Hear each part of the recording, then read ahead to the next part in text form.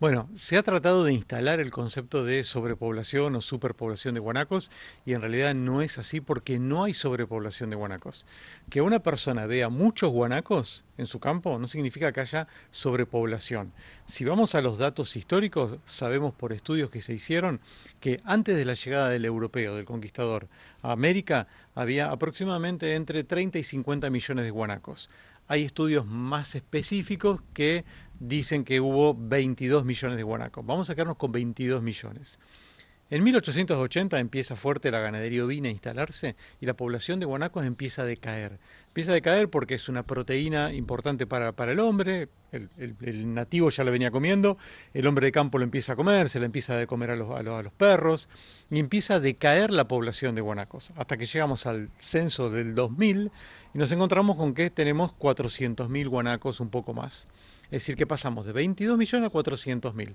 Hoy se estima que hay entre 2 y 3 millones de guanacos.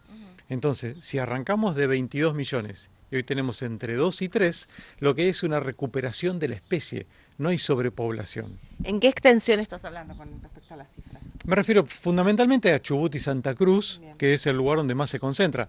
Pensemos que el guanaco llegaba a Chaco.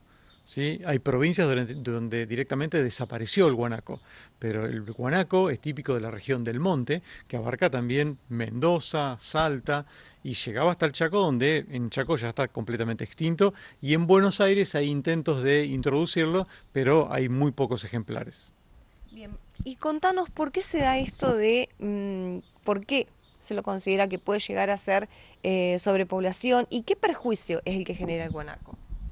El guanaco no es que, digamos, no es que genere un perjuicio, sino que sí es un perjuicio por ahí desde Tal el cual. punto de vista productivo, Ahí vamos. porque en el campo compite con la oveja por el agua y por las pasturas, ¿sí? Pero no es la única presión que tiene el ganadero. El ganadero tiene muchas presiones. El tema es que cuando se ve la beta y dadas las declaraciones de un biólogo que vive en el extranjero, que vino y habló de superpoblación, es como que se agarran de esto para tratar de buscar alguna solución. Pero tienen otras presiones, tienen la presión de el cambio climático, las lluvias ya no son las mismas que había antes, los que se consideran predadores de ganado. Aclaremos, predadores de ganado como por ejemplo el puma. Cuando se empieza a instalar la ganadería ovina y se empieza a cazar no solamente que guanaco, sino que guanaco, choy, que mara, se le está quitando la presa al puma. Entonces el puma empieza también a cazar ovejas, porque de hecho en las áreas protegidas donde hay pumas se ha podido comprobar que habiendo campos vecinos con ovejas, el puma elige la oveja solamente en un 3%. El resto de su alimentación se basa en las especies nativas. Entonces se busca de alguna forma aliviar toda esta presión que tiene el ganadero, que es real, la presión la tiene, pero hay que buscar otras alternativas.